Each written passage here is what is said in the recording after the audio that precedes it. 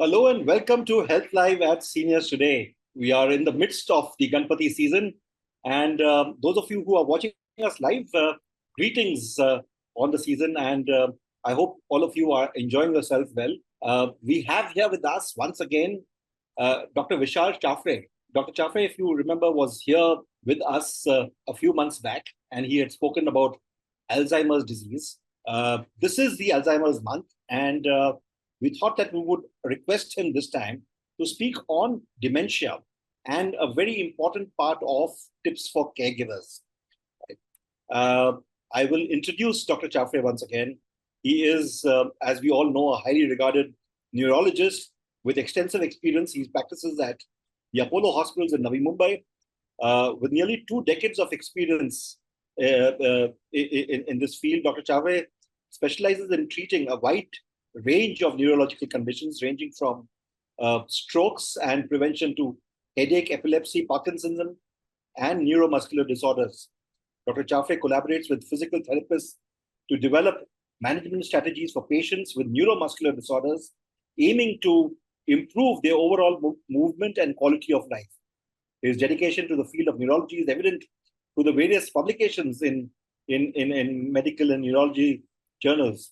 A graduate of leading institutions, he holds degrees, of course, the MBBS, the MD, DM in neurology, and the DNB.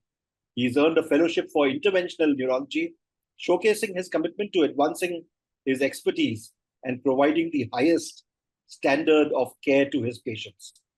Welcome to Health Life at Seniors Today, Dr. Chafale. How are you? I'm good. How are you? Okay.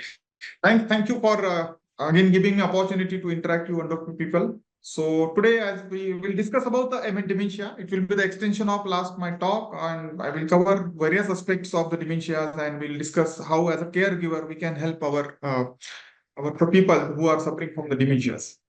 Right. Thank you, Dr. Chafale.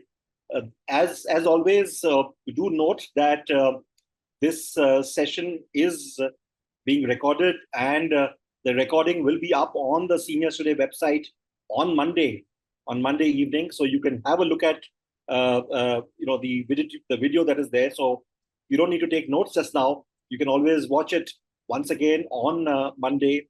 The takeaways are, as always, written by a qualified medical practitioner, and so you can read all of that. So right now, just watch it, and in case you have any questions, please put them in the chat window to meeting group chat, and we will then address the questions to Dr. Chafale after his talk is over. Over to you, Doctor. Dementias.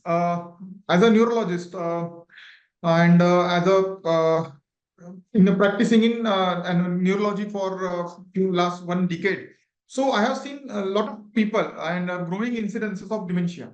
So one common thing is like our life expectancy is more nowadays. So various illnesses are now treatable. So our life expectancy is more. So our elderly aging population is more. So similarly, that's why we are seeing more and more people having this forgetfulness, because we are seeing a lot of aging population because of increased life expectancy. So dementia is a common problem. It is going to occur with the advancing age.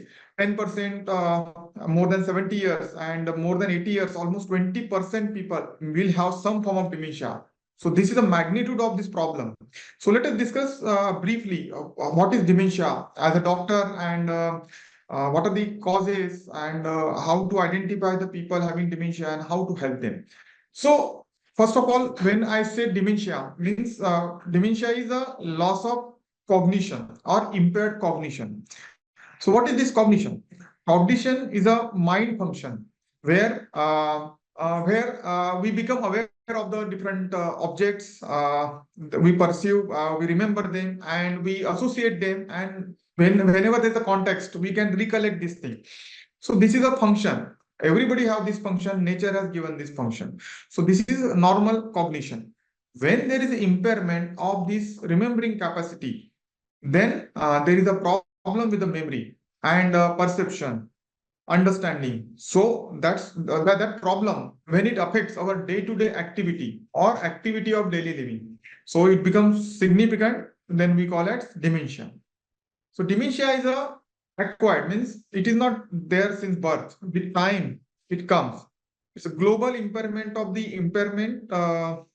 intellect, memory, and personality. So there are different domains of the brain which affect, and they give different features.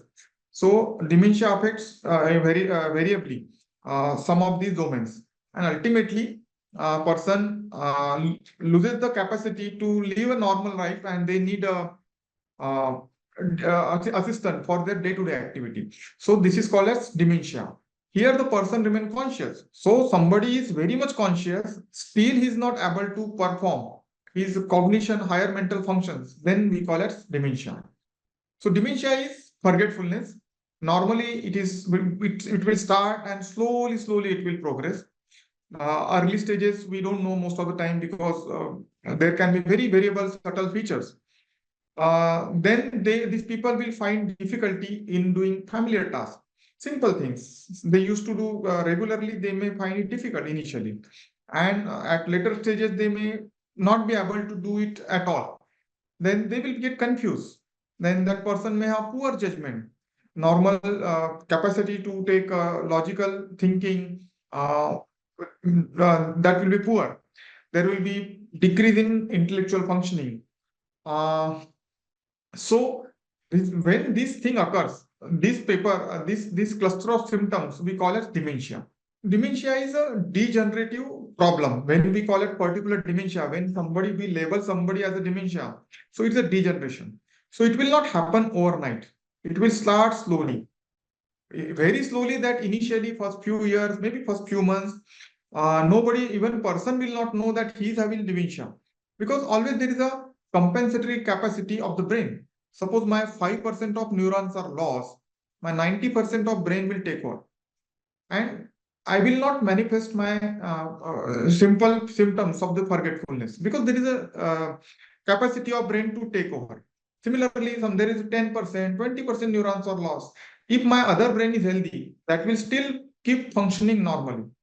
And at some point of time, this loss of compensation will go, or the degeneration will become such a significant that the features of dementia or forgetfulness will start getting out. That is a stage where we start noticing features. So when we start noticing the forgetfulness, the problem of that degenerative dementia must have started at least few months or few years.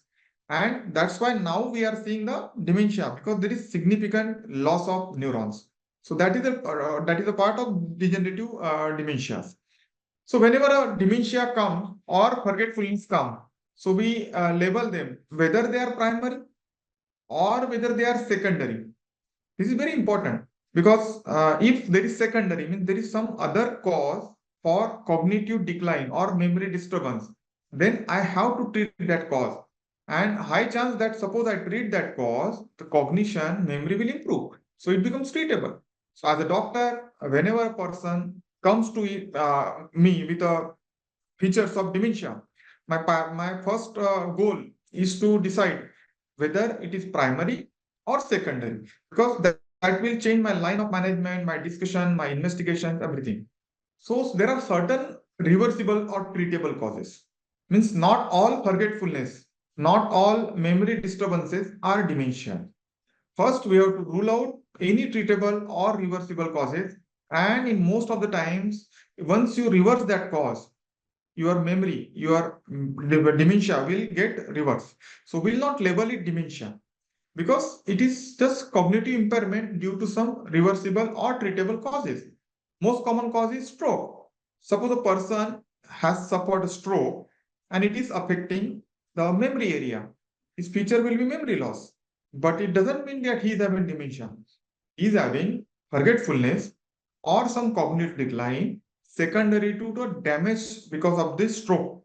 Sometimes that damage may improve. As stroke improves, edema subsides, it may improve. So it becomes treatable or reversible cause. Similarly, suppose there is a tumor or any SOL or granuloma or something slow growing thing into the brain, and it is strategically associated or located in an area which maintains my cognition. my Papez circuit, my different lobes, and the cognition, the junction points of those circuits, then again the person may have dementia features, though he is not having actual dementia, but because of tumor, because of some granuloma or some mass effect, mass in the brain, there will be features of dementia. So again, it becomes treatable. Once I do the surgery, I refer the surgery, I remove the tumor or that clot, person may improve also. Certainly, there are certain metabolic derangements in the body. Somebody is having a deranged liver function, deranged kidney function, high increase in the urea, creatinine in the body, or sometimes a very deranged ammonia level or deranged hepatic function. Still, they may behave as a dementia people. So it becomes reversible once you treat the kidney failure, once you treat the hepatic failure. Severe hypothyroidism can present as a dementia. So once you treat a thyroid, if it is very severe at that time, it may manifest as a dementia. Then there are brain infections, meningitis, encephalitis.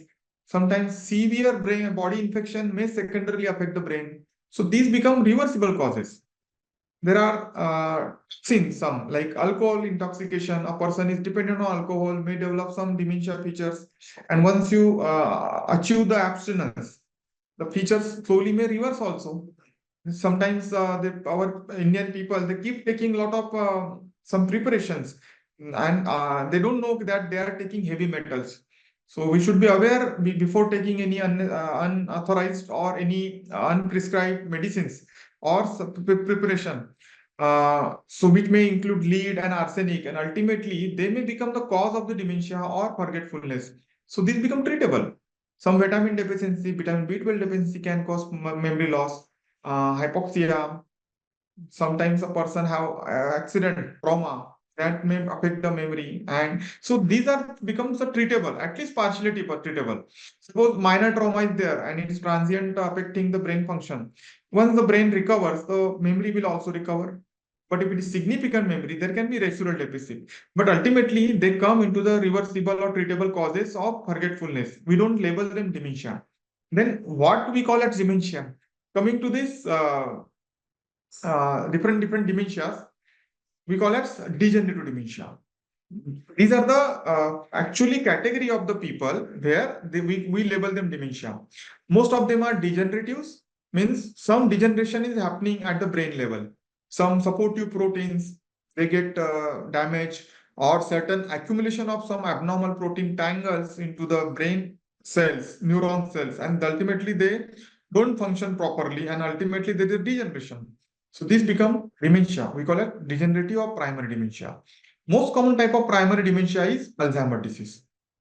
There are a lot of other primary dementias like frontotemporal dementias. There are very different varieties. Then in India also we see DLB, dementia with Lewy body.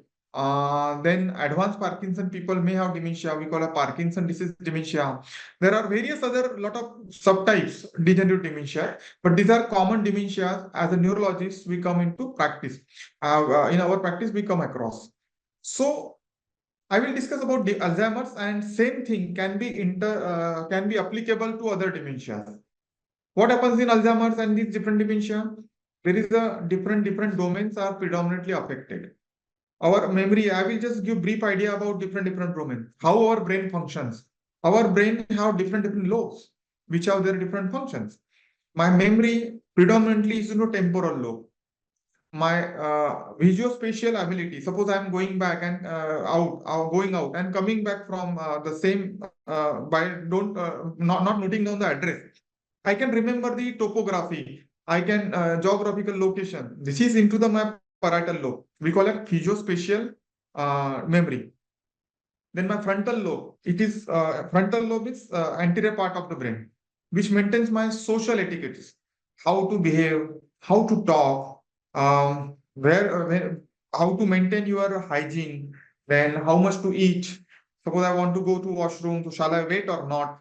These are social etiquettes. So these are maintained by a frontal lobe. And then there is a occipital, which maintains our vision and visual aspects. So everything is correlated. And these dementias affect this domain in different ways. In Alzheimer's disease, there is predominantly memory. temporal lobe and parietal lobe. Our visuospatial association is generally affected. That's why a person having Alzheimer's disease, dementia, they will manifest in the form of forgetfulness. They will more forget things easily. They will not remember what they have done in morning, breakfast or dinner. They will forget it. Then they will have difficulty in navigating. Suppose they go out, they can't come back. They just lose their address. Even in a known surrounding, suppose they are daily, they used to go out and they come back. When in certain time, they may find difficult to find the address. So that is the Alzheimer's disease because of the degeneration of the parietal lobe. In frontotemporal dementia, as I mentioned, frontal and temporal lobe is affected. Here, there will be memory issues. But along with that, predominantly, there will be more of a behavioral issue because my frontal lobe is getting degenerated. So these people will be more aggressive. Sometimes they become the gross change in personality. Sometimes they become less responsive. So it can be hyper aggressiveness or reduced interaction also. So this is called as frontotemporal dementia. Then in DLB or dementia with Lewy bodies, this person, they generally it is an elderly, they will develop dementia, they will have some form of Parkinson features. And in Parkinson disease, suppose it is very advanced, 20, 30 years, sometimes there can be a degeneration and which affects the brain cells and ultimately may cause dementia. So these are the common dementias we come across the practice, and actually these are the true dementias. Others are cognitive decline because of some temporary derangement into the body or some is assault to the brain, which sometimes recover at least partially. Now coming to the Alzheimer's disease, as I mentioned, it is a degenerative dementia, gradually destroy the ability to reason, remember, imagine, and learn. So the cause is then. Age is a most common risk factor for the Alzheimer's. Most cases of Alzheimer's disease and other dementia, they have mixed risk factors. So these risk factors are applicable for all dementias: age, family history, genetics. There are certain modifiable risk factor and certain medical condition. All these play together and give the features of the dementia. Age. Most of the dementia, they do occur in elderly. As I mentioned, almost incidence of dementia in 70s, 80s, up to 70s, 80s is around 10%. And more than that, age, after 90, 80 years or after that, octogenarian, nonagerian, they will have almost 20% people will have some form of dementias. So with age, your dementia will worsen. But there are certain dementias, some Alzheimer's form dementia, they may occur in young age. Less than 60, they can have dementia. So there are different types. They affect generally different ages. But more by and large, dementia is a problem of elderly. Then family history in some form of dementia, it is there. But sometimes it is a polygenic inheritance. Means it's not exactly that suppose your parents have dementia, you will exactly no, it's not like that. If your parents have dementia, chances of getting dementia slightly more than normal population. But there are certain forms which are genetic, which are very rare. Like Alzheimer's disease can be genetic, very rarely, less than I would say less than 5 or 10%, they may give genetics, but they are very early onset and all. There are certain modifiable risk factors, vascular risk factors. They damage the brain and they cause more early presentation in a person with Alzheimer's. So Alzheimer's is diagnosed in people over 65 years. Early onset dementia less than 65 in 5 to 10% of people. More common in women as compared to men. About 3% of men and women, 65 to 70% will have dementia. But nearly half of those having 85 years or more will have Alzheimer's. This is the incidence. So as it indicates, as your age advances, chances of getting dementia or Alzheimer's disease will be more. What is the pathology? Why there is a forgetfulness in Alzheimer's disease? There is decrease of altered metabolism associated with the age. Certain normal functioning, normal mechanism of the neuron bodies which maintain their functioning, it get impaired with age, and there is accumulation of some protein tangles and they damage the brain. That is the main pathology. So ultimately there is degeneration of the neuron. You can see there is some abnormal neurofibrillary tangles. They get deposited into the healthy neuron cells. There are amyloid plaques and they ultimately damage the brain, and brain gets shrink over a period of time. You can see this is a normal brain and this is the Alzheimer people having advanced dementia, and they have this type of brain where there is atrophy of the brain. Prominent gyral places, you can see prominent spaces of the brain. This is the temporal lobe which is atrophied. So this is actually picture of the normal brain, and this is a unhealthy brain. Healthy, unhealthy. You can see this is a healthy brain. Here, prominent sulci gyra over the brain. So there is a shrinkage of the brain. Volume of the brain becomes slowly low as compared to normal healthy person. As the dementia advances, there will be more degeneration. This is a MRI scan, which is showing this is a healthy on left side, and right side it is abnormal. You can see the prominent brain ventricles and loss of neural parenchyma, and this is the atrophy of the brain. So there is extensive investigation, and in 2014, actually, the Nobel Prize was uh, given to a group of scientists which were working in the Alzheimer's disease dementia. This is called a worst plaque of centuries. Till that, we don't have satisfactory treatment till that to reverse everything. So still the extensive investigations are going on, and let's see in future we may get some answers and some better medicines. So etiology, there are multifactorial, as I mentioned. It's not single. Environmental factors, infections, metal, toxin, some deficiency of different vitamins, they may contribute together to cause Alzheimer's or other dementias. There will be personality change, lack of interest in day-to-day activities. There will be easy mental fatigability. Generally, they are self-centered or withdrawn. There will be less self-care. So this personality change sometimes we may ignore. We may think that, oh, with age they are happening. But sometimes, if you see carefully, they can be the early features of dementia or Alzheimer's disease. Somebody is having fond of doing something, and suddenly he's saying, "No, I don't like it."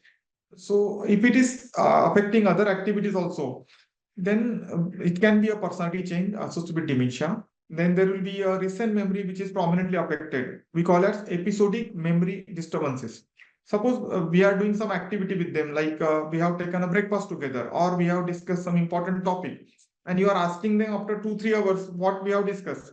They will just ignore the episode. That whole registered, that episode will not get registered. So we call it episodic memory disturbances. This is very common in Alzheimer's. These people, how they can recollect what they have taken in their marriage after 20 years, before 20 years, 30 years. Means wrong back, they whatever they have taken, they can nicely describe everything, but they will not able to describe or tell what they have taken in morning. So that is the problem, because recent memory is impaired. Remote memory generally is preserved, at least in early stages of the any dementia, especially Alzheimer's. Then there will be disorientation, poor judgment, difficulty in thinking, abstract thinking, regional thinking, and reduced attention span. Then there will be personality changes, change in personality. There will be sometimes they become withdrawn, or sometimes they become more aggressive. There is a behavioral variant of the Alzheimer's disease also, which manifests, which behave like they are very aggressive. Otherwise, Alzheimer's dementia people, they are very calm, composed, and they will just forget things. They will not be aggressive. Sometimes they can be, especially in behavioral variant. Now coming to the stages. As I mentioned, is degenerative. So slowly, you will get different features. Early stage, there will be some features. Sometimes we may just disregard most of the features as age-related changes.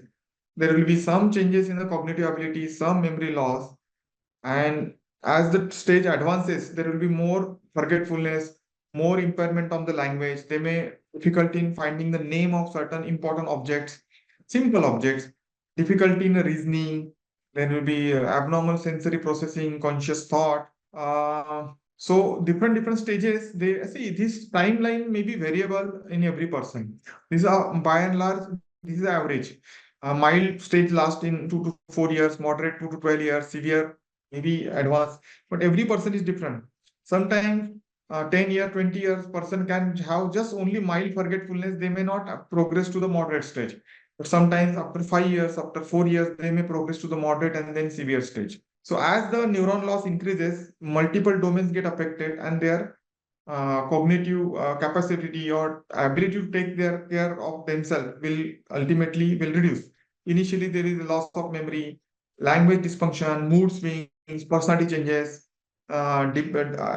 impaired judgment, and reduced interaction, indifference to some certain things, With moderate stages, there will be inability to retain new information. There will be some behavior changes. Then there will be more agitation, aggression, confusion. They will require assistance for most of their daily activities. And once disease becomes severe or advanced form of dementia, generally they are dependent on everything, virtually everything to the caregiver. They become bedbound. There is associated difficulty in walking. As there is a self care is lost, they become malnourished, or they are not able to feed themselves properly. So there will be nutritional problems in these people. They become bedridden. So this is a severe form of dementia, and at advanced stage we generally see people in this condition. There will be impaired capacity to hold their bowel bladder, and they will need care for even simple feeding also. So this is a slowly progressive problem of dementia. How we diagnose a dementia? Suppose the person of dementia comes to us, how we diagnose? So first we take the history. So interestingly, a person with dementia, suppose a caregiver comes with a history that this person is having forgetfulness, but that person will say, no, I don't forget. Because actually the person of having actual dementia will forget that he is forgetting the things. Like the classical situation. The spouse tells, no, he's forgetting, he doesn't remember. And he will classically disregard. He said, no, I'm not forgetting, I'm absolutely okay. Sometimes the person says that I'm forgetting. The person himself presenting as a forgetfulness. So generally chances of having forgetfulness is less because they know that they are forgetting. So that's how it is. So most of the time the people ignore or they deny that they are forgetting because they say it is simple, it is normal for them. So it is a spouse or family members we who first notice the abnormal behavior or abnormal cognition. So we take detailed history. In OPD, we have certain tests. We ask them different questions, which locates to a different brain lobe. So there are certain questions which target our frontal lobe, whether he's paying attention or not. There are certain questions or some drawings which target our parietal lobe, then memory. So we arrange a question. There are different questionnaires, and we take a score. In our day-to-day practice, MMSE score is commonly used. And once we get the score according to age, according to his educational level, which we decide whether it is abnormal or normal. This person is having very master's degree and all, and he's making simple mistakes or one or two score less, maybe significant for them.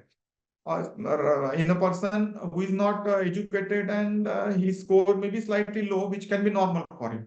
So it depends on the intellectual level and cognitive pre-existing cognitive ability of that person. Once we diagnose that though there is some abnormality, we may subject them for detailed questioning, which includes a lot of detailed tests, minor things we pick up. And we advise MRI because our aim is to find out any treatable cause. Sometimes we get elderly, there can be a subdural hematoma, there can be some small SOL. Sometimes we get surprises and we treat that thing and the patient may become normal also. So we advise MRI, that is the preferred investigation in dementia. Sometimes MRI can be normal. Still person is having dementia. To diagnose, we do PET scan. PET scan is actually a concept is MRI structural, it gives idea about the structure of the brain. But sometimes structure may be normal at that moment and function may not be normal. So PET scan gives idea about that functional derangement.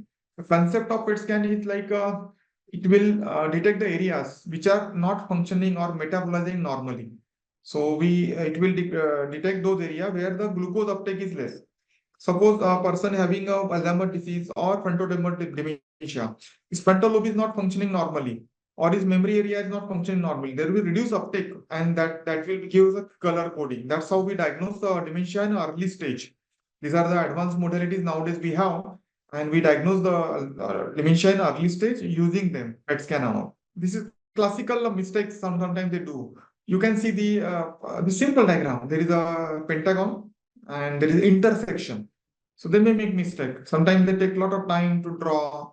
Here the person is making mistake like in the upper is the pentagon, but you can see down he is ignoring some angles. Sometimes this is a very early form of dementia, and advanced form sometimes they do different mistakes. In Alzheimer disease, you can see. I have asked them to, we call as clock drawing. This is also we do in our OPD practice. we give them certain situation, we ask them to draw this thing. So here he's making some mistake. Like I have given the time 10 past 10. So he forgot and he's keeping time at 11 past 10, and you can see the timing, the arms, they are not localized centrally, they are making it peripherally. In at moderate dementia, they are making again mistakes. Some angles number they are putting it outside the round circle. In severe dementia, they can't do anything. So this how we actually OPD we diagnose the person having different dementias and different cognitive domains by using some simple tricks. Now coming to management. So when I can say management, it is not only the medicines or treatment. That is a part of the management. Apart from that, that people need more management, more include their taking care. That is more important in any Alzheimer's patients or any dementia patient. So we have memory boosters. They work very well in early stages. We advance, we add doses. Sometimes we give combinations, and generally they do well in early to moderate stages. Then there are certain features which may need some different medicines. Suppose the person is very aggressive and it is disturbing him and other people, then we have to give some antipsychotics. Sometimes there is lack of apathy and such a low depressed mood and all, so we have to give the mood elevators. Insomnia, disturbed sleep is very common in dementias. So we have to give them sleeping pill at times. We try and avoid giving other medicine. It is as per the requirement, maybe sometimes for short duration, we have to give, sometimes we have to reduce the doses because all these medicine they have sedation or sleep as a side effect. So we have to be careful in elderly giving medicine. Sometimes there can be associated other problems, so we have to treat them also. So these are medical management.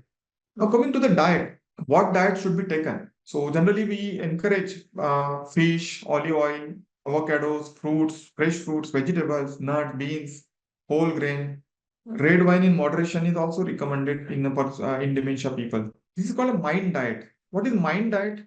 Mind diet like in stroke we have Mediterranean diet. It is actually diet which includes more of proteins and less of carbohydrates like thing. Similarly, there is a diet for the hypertension. So this is actually the diet which includes most of the principles of these two diets, Mediterranean dash diet. So this is a mind diet. So this is a hybrid diet which includes principle of both diets, and where we prefer more of a vegetable, especially green leafy vegetables, then fruits and berries. Berries are preferred over the fruits. Whole grains are better. Then we encourage more of a beans and nuts intake. Fish, at least one or three servings in a week. That is recommended. Olive oil generally is recommended. And we ask them not to take more of a red meat, sweet, cheese, some fast fried food. They are not good. Like in any person is having any vascular problem. Similarly, for dementia risk or those actually having dementia, we should avoid all Dr. this. Shafale's connection has. Hello, now it's better. Can Hello, can you hear me? Yes, sir, you're audible, sir. Audible, and my presentation is visible. Yes, sir, perfectly. Sorry for the technical snag. You missed a lot of slides, or okay. Ultimately, when I say management, it comes the person. So here the person is having dementia. He is not able to take care of himself. So it is a caregiver or family people who give the support. This is very important. Here, understanding is very important because in dementia they forget simple things. They may not remember the birthdays. They may not participate socially. So it doesn't mean they don't like it. They don't know how to do it. So it is not deliberately they are doing this. Sometimes they may behave abnormally or they may take poor judgment which not be in favor of the caregiver. So that causes some family conflict and also. But we should understand, we should keep yourself in the person having dementia because he's forgetting things, so he can't take proper judgment. So we have to understand these people. We should take care considering their cognitive domains affected. So a person is having some frontal lobe dysfunction. They can be unnecessarily aggressive, but it doesn't mean they are deliberately doing it. It is just because their frontal lobe is not functioning normally, so there is change in behavior. So we give medicines, but understanding is very important because ultimately the caregiver, they are dependent for most of the activity of day-to-day life. So they need proper nutrition. They can't feed themselves properly. They don't know which is the healthy food for them, and also it is the caregivers or our family members' responsibility to support them. So this diet and all, it is not for Alzheimer's people. It is for the caregiver. They should know these are the different things they should be included into their diet for the for better memory or for healthy brain functioning. So this you can do. Then they need a mobility. Sometimes they prefer staying in a bed. So we have to encourage them for walk. We should do the physiotherapy. Suppose they are bedridden, so regular physiotherapy we should do. What happens? Suppose somebody is lying in the bed and not using their joints. There will be contractures of the joint, so there will be pain, secondary pain. So they should be mobilized out of the bed, especially in advanced stages. They should be out mobilized because they will need support for all these symptoms. So we should make them mobilize 1 or 2 times in a day. We should make them in a chair. We should take them out of the home.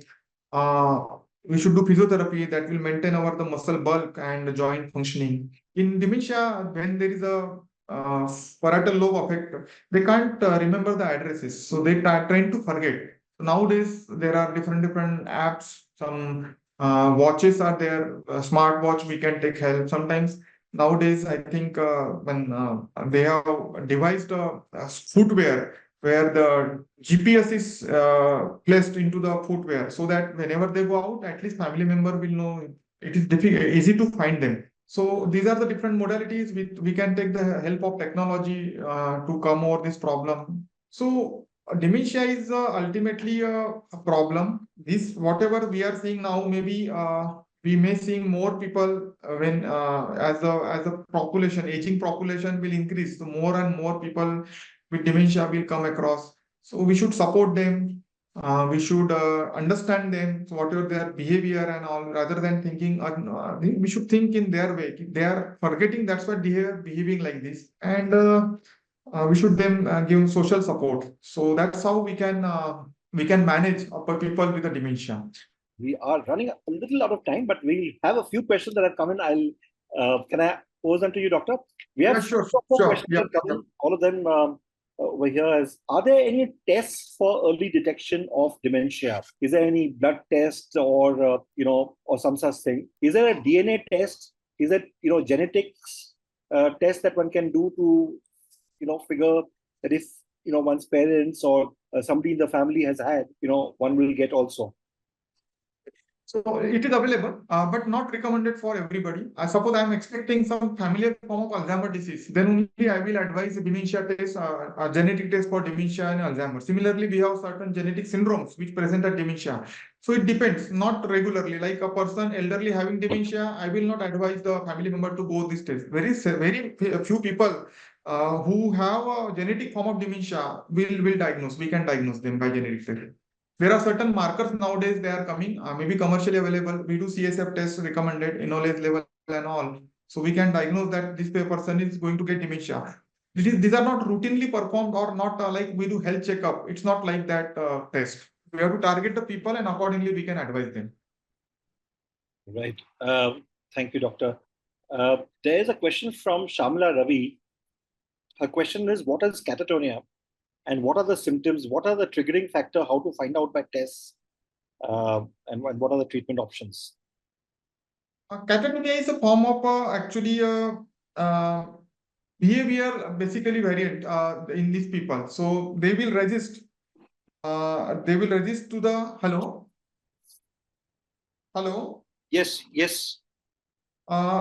They will resist the normal activity. So that is catatonia. So they will abnormal, they will keep your body in particular position like this. They will resist your movement. So when you do tests, like there is some weakness or no, it will not be weakness. It's a behavior problem giving right to particular rigid posture of the body. So we give some psychomotor, some medicines, and generally we can control it by giving medicines. Right. Generally, rather than dementia, these are generally found in catatonia, more of a like a schizophrenic disorders, like we get catatonia rather than dementias. Right. Doctor, this is a question that has been asked in the past as well, but obviously, since it's being asked, there is a certain notion that it and a worry that exists. There is Sunita Verma who asks, is forgetfulness a sign of the onset of dementia? Forgetfulness is a sign of onset of dementia, but here we should be categorical because all forgetfulness is not dementia. I'm explaining you. Suppose memory is not formed immediately. How memory is formed? First step is attention. Then there is a registration. Then there is a memory formation. Suppose I am preoccupied with something. I am not paying attention to something. And either will be forgetfulness or memory loss. So not all forgetfulness is memory loss. Sometimes, in fact, most of the time, it is inattention. Inattention causing poor registration and memory. So forgetfulness can be the symptom of dementia, but not always. Like, there's a specific question that is coming from Mr. or Ms. Gupta, which is that if I come to the room and forget what I came for, is it dementia? Whether if I forget Exactly. whether I took a medicine or not, is that something to worry about? Actually, I would say if it is one or two instances, if it is not happening regularly, then just ignore it. If it is happening regularly or it is same thing you're experiencing other domains, then it can be a problem. But I would suggest this is not a problem because it looks like more of a inattention. Memory, because this is like I'm not paying attention that I'm taking medicine. So it will, you can't register that moment. So you will feel that you are forgetting. So if it is isolated event, just ignore it. Doctor, this is a question from Anjula. Her question is, and it's in Hindi, क्या diabetes neuropathy भी dementia का कारण हो सकती है क्या? Diabetic neuropathy dementia का कारण नहीं है because it is a neuropathy. But diabetes itself can be the one of the triggering factor for the dementias because like diabetes affecting your nerve. So diabetes also affecting some brain functioning also. The diabetic people have more of a vascular burden into the brain. So there will be more chance of developing forgetfulness as compared to normal people. In that way, it can be affected, associated, but not neuropathy will not cause dementia. Doctor, this is a rather long question, which I want to tell you, and this is why we thought of having this session. It came to me 2 weeks back. Can you please ask doctor as to what should one do about dementia? I feel very guilty that I did not take care of my mother's dementia. I did not realize that it was dementia. And now I'm in the US. I'm not able to take my mother back. I'm not able to get my mother here because I don't know whether she will be able to take a 16-hour flight. However, I have tried my best to ensure that she's looked after. I have put cameras in the room, etc. But she is just not willing to go to a center for dementia patients.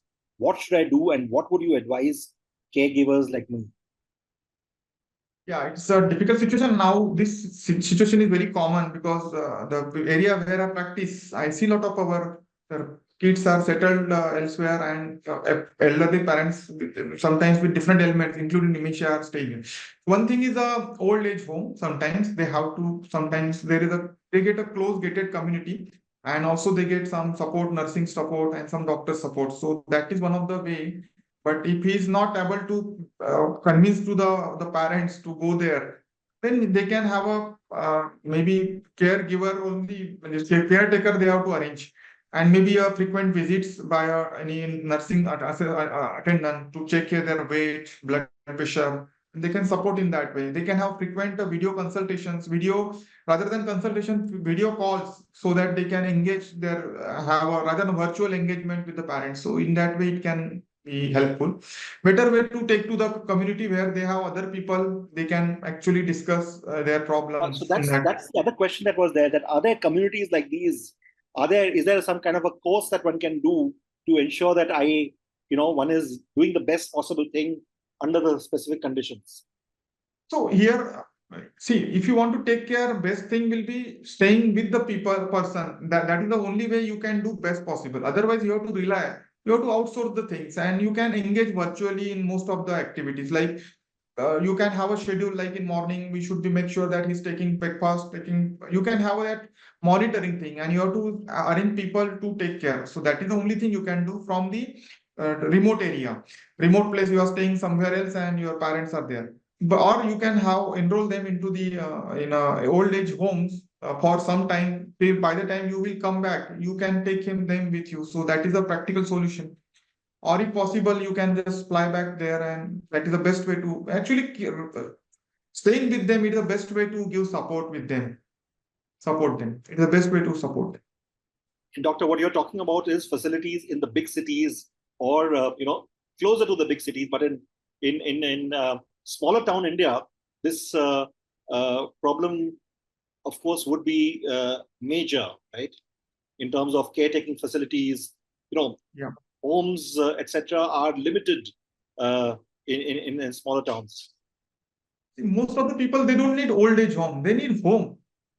Old age home is concept where their family they are not able to handle them because of they are not staying there. So their concept comes of old age home. But ideally, these people should be kept in the home.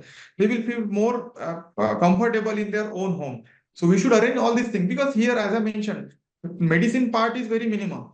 Medicines or medications are for their age-related problem. For dementia, they need empathy, they need social support, they need a family care. Nutrition, what you eat, they need that, but you need some assistance for their day-to-day activity. So rather than old age home, best place to take care of them is home, with taking assistance whenever required from the nursing staff or like that. Doctor, I have a question that has come in. Can you request doctor to read out a message which I will record for my mother who has dementia, as to what can be said? And can you request doctor to speak either in Marathi or Hindi? They want message for their parent from me. Yeah. Okay. Aunty uncle, मैं doctor विशाल हूँ, मैं neurologist हूँ. अगर आप भूल रहे हैं या फिर कुछ चीजें याद नहीं रख रहे पा रहे, कुछ जजमेंट में आपको इश्यूज है, सो don't worry. First of all, आपके एज में अगर मैं जाऊंगा तो ये मुझे भी होने वाला है, सो don't worry.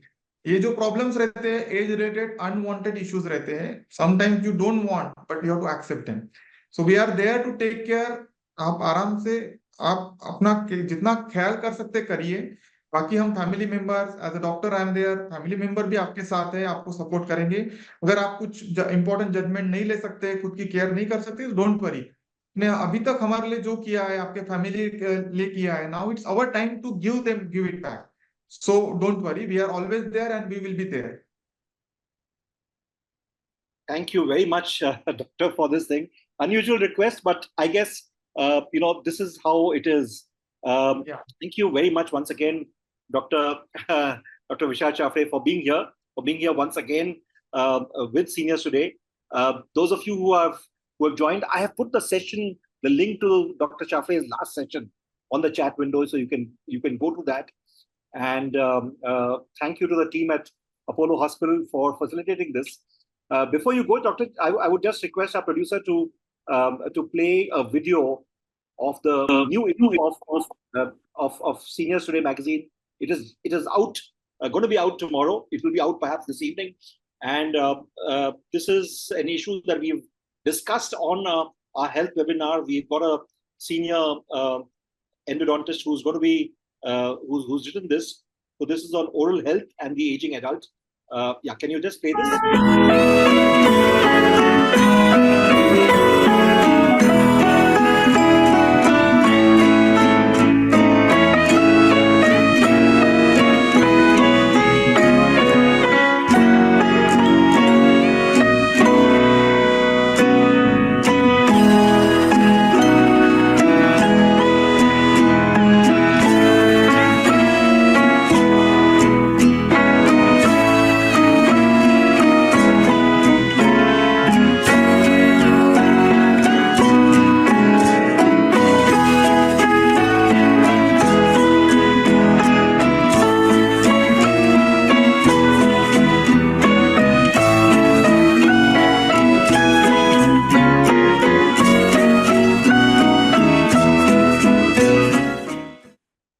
So a good mix of articles, even if I say it myself, it's a little extra focus on health this time, because even our technology, article is on medical alert systems.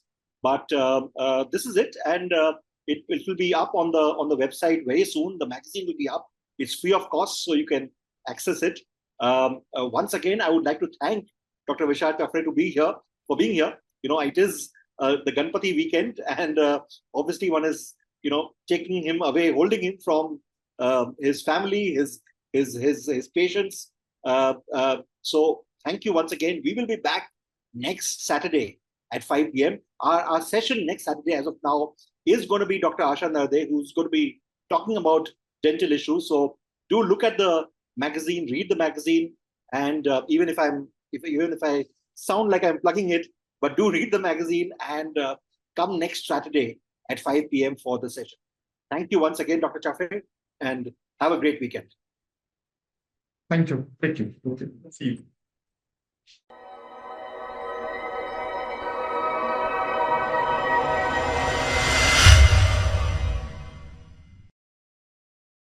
Subscribe now and press the bell icon. Never miss an update.